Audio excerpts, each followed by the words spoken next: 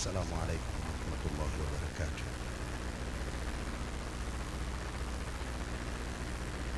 Alhamdulillah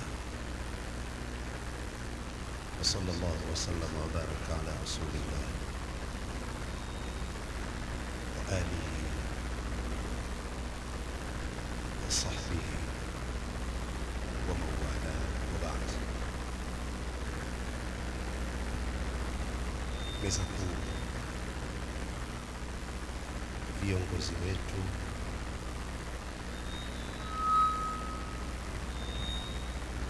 mjumbe wa baraza la ulama, mzee wetu, mwalimu wetu Sheikh Ali ibn Sheikh Muhyiddin wa Mkoyogoro, murabbi al-arwah, mzee wetu Sheikh Mahmud ibn Sheikh Nuruddin ibn Sheikh Hussein Al-Shadili, mgeni wetu kutoka ng'ambo hapo, mzee wangu mjumbe wa baraza la mashekhe ofisi ya mufti Sheikh Khamis Abdul Hamid, mudir Marakiz al-Ihya, baba yangu, si kwamba anasinzia, yuko macho, lakini kipekee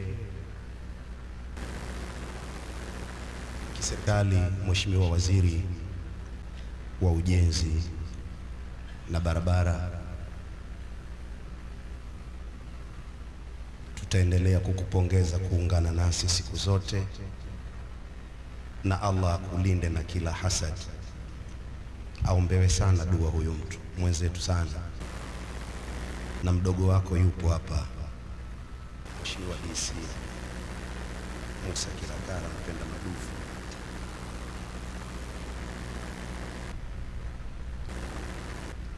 Kipekee rafiki yangu Sheikh Samiri ambaye amekaa muda si mrefu. Nisimalize dakika kutaja watu, kwa sababu hadhara nzima imejaa mashekhe wanaovioni, na ndivyo inavyokuwa hadhara za wanaovioni. Dakika chache sana niguse aya nambari 29 surati al-Fath na 139 Ali Imran. 29 surati al-Fath, aya ina vitu 12. Mimi nitachukua vitano ala al-ikhtisar, nitasoma robo aya. Muhammadur Rasulullah walladhina ma'ahu ashidda'u 'ala al-kuffar ruhama'u bainahum tarahum ruk'an sujadan yabtaghuna fadlan min Allahi wa ridwana. Tuishi hapo.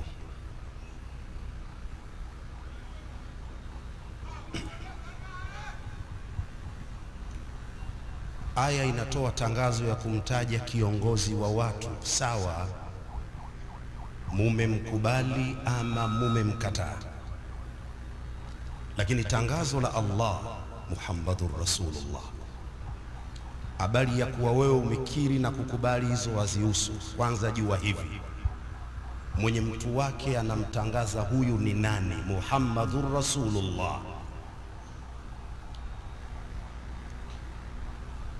Muhammad ni mjumbe wa Allah. Kitu cha kwanza 29 al-Fath, dunia nzima inatakiwa ifahamu ya kwamba huyu Ibnu Abdillahi Muhammadun sallallahu alayhi wasallam si mtu wa kawaida, ni mjumbe aliyetumwa na Allah. 2, walladhina ma'ahu ashidda'u 'ala al-kuffar, na wale wote ambao kwamba wanaomuunga mkono wakawa naye, moja ya sifa zao katika nyingi, ashiddau ala al-kufar, ni watu madhubuti kisawasawa, ni madhubuti. Hii nataka uanze kuchukua hapa kabla sijarudi. Anza hapa.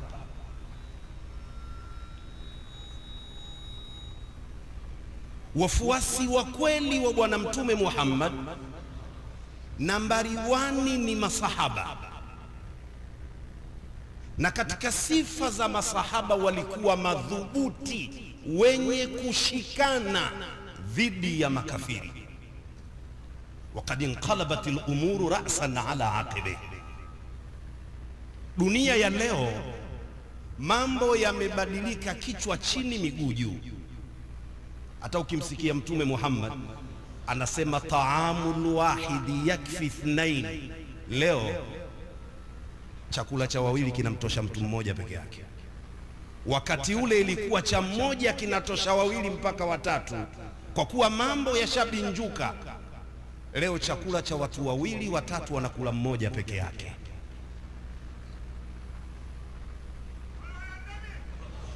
Wakati ule walladhina ma'ahu ashiddau ala al-kufari,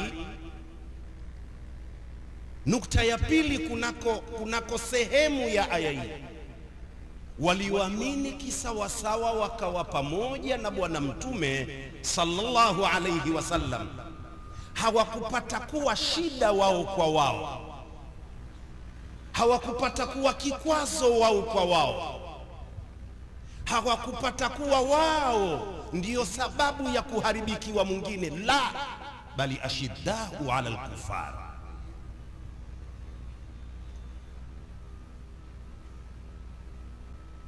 Ilitosha neno hilo, lakini neno la mbele lilikuja kwa ajili ya taakid, ruhamau bainahum.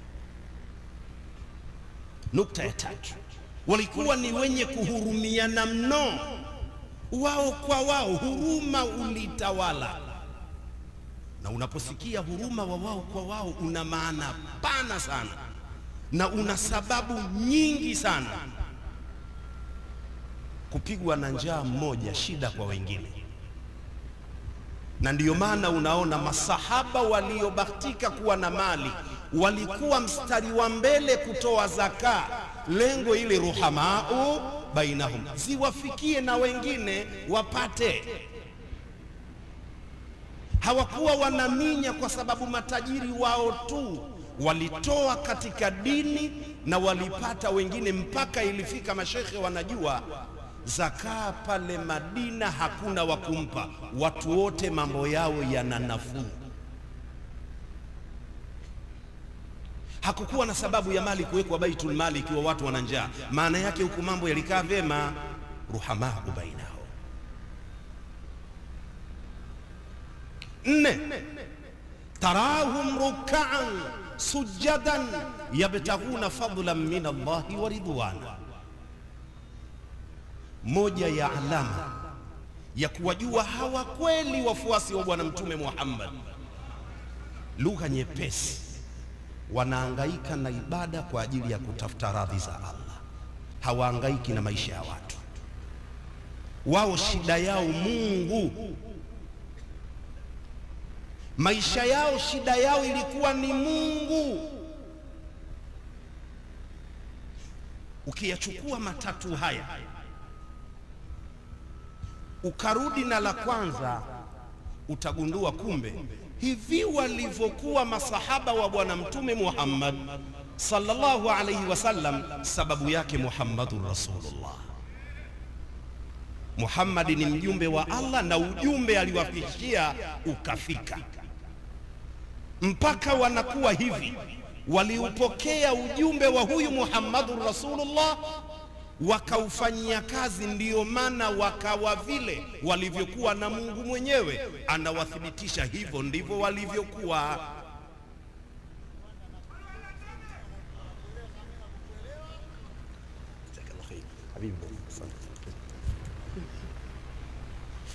Nisikilize kama redio.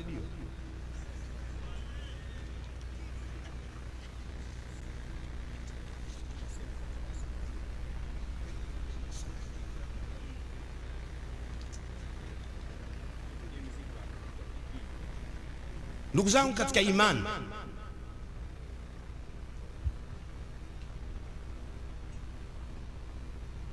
ili nikurudishe hapa unielewe vizuri, wacha niitaje ile aya ya pili, nirudi hapa.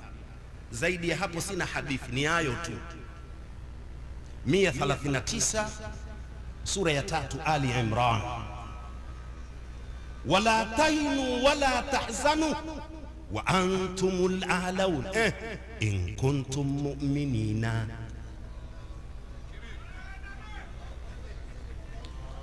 Hili ni tangazo la Mungu. Ukilielewa hili, utaona kwa nini umma wa Kiislamu leo duniani tumekuwa madhaifu. Wala tahinu, sikiliza Mungu anapotoa agizo, musiishi kinyonge Waislamu. Wala tahzanu, na wala musiishi kwa majonzi majonzi. Wa antumul a'laun, kana kwamba kwa nini muishi kinyonge hivyo hali ya kuwa ninyi ndio watu VVIP wa juu kabisa. Kipande hiki wa antumul a'laun kimefichwa na hii kasri iliyofanywa hapa, ambayo ni kasrun tamun. Wa antumul a'laun in kuntum mu'minina, ni kasrun tam. Tarika yake taqdimun ma haqquhu ta'khir, wal aslu in kuntum mu'minina wala tahinu wala tahzanu.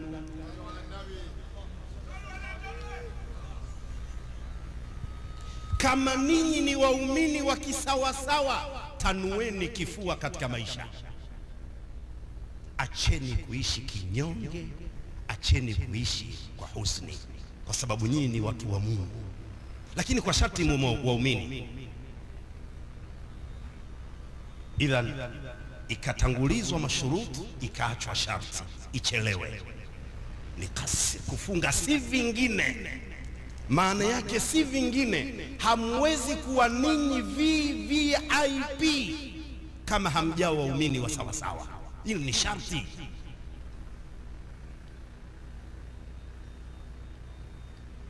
Ndugu zangu katika imani,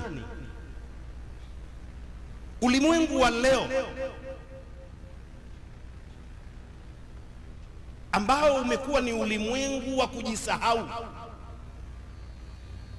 Jana nilisema mahala, natwalii kidogo tu, siendi kule, natwalii kidogo tu. Nilisema vyeo hivi,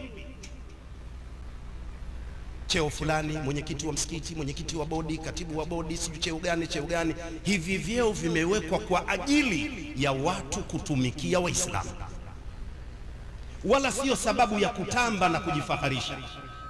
Heshima ya Muislamu ni Uislamu. Heshima ya Muislamu ni kitendo cha kuwa wewe Muislamu tu tayari una heshima kubwa.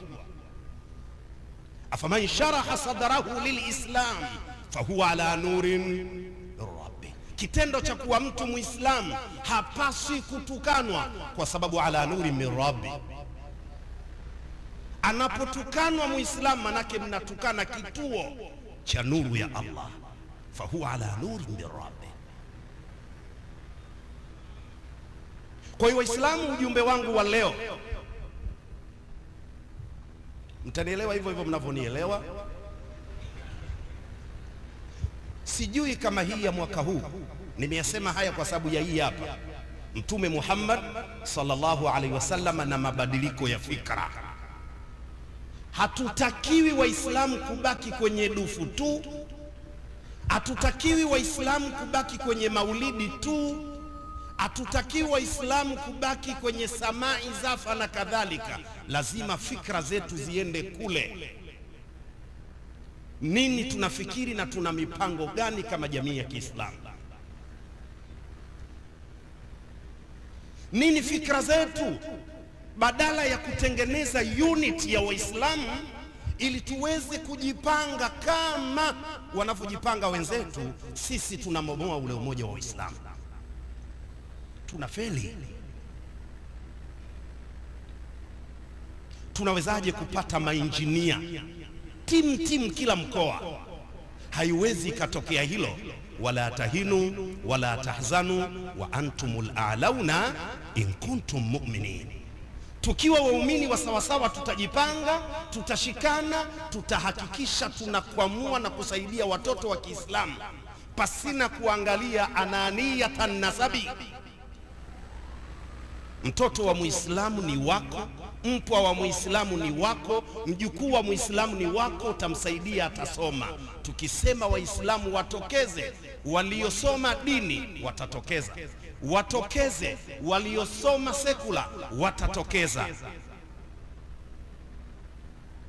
Lakini leo ndugu zangu katika imani, mawazo yamebaki katika dufu tu, kutinga na kadhalika. Atufikirii jamii hii tunakwenda kuiachaje mbele.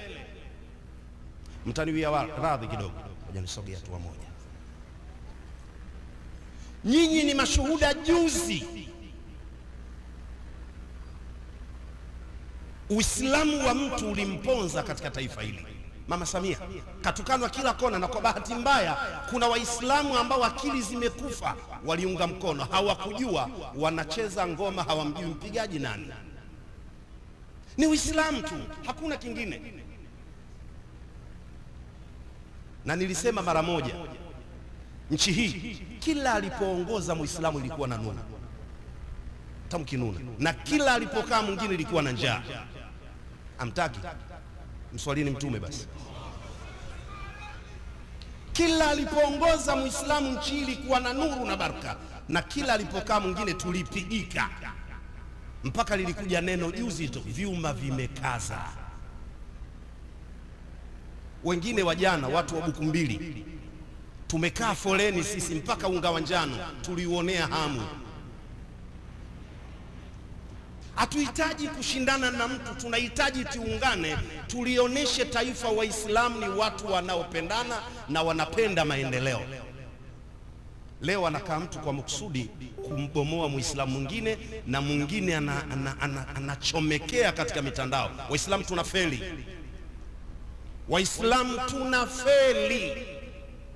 Jana nilisema na nukulu neno, idha fatahta albaba fala talumanna man arada dukhula fi. Narudia, labda hujanisikia. Idha fatahta albaba fala talumanna man arada dukhula fi. Ukifungua mlango usimkasirikie na wala usimlaumu atakayetaka kuingia. Tulipoamua Waislamu kucheza ngoma, sio yetu kuamua kutukanana. Mujue mlango huu tunaufungua, mitusi itaendelea. Wassalamu alaikum wa rahmatullahi wa barakatuh.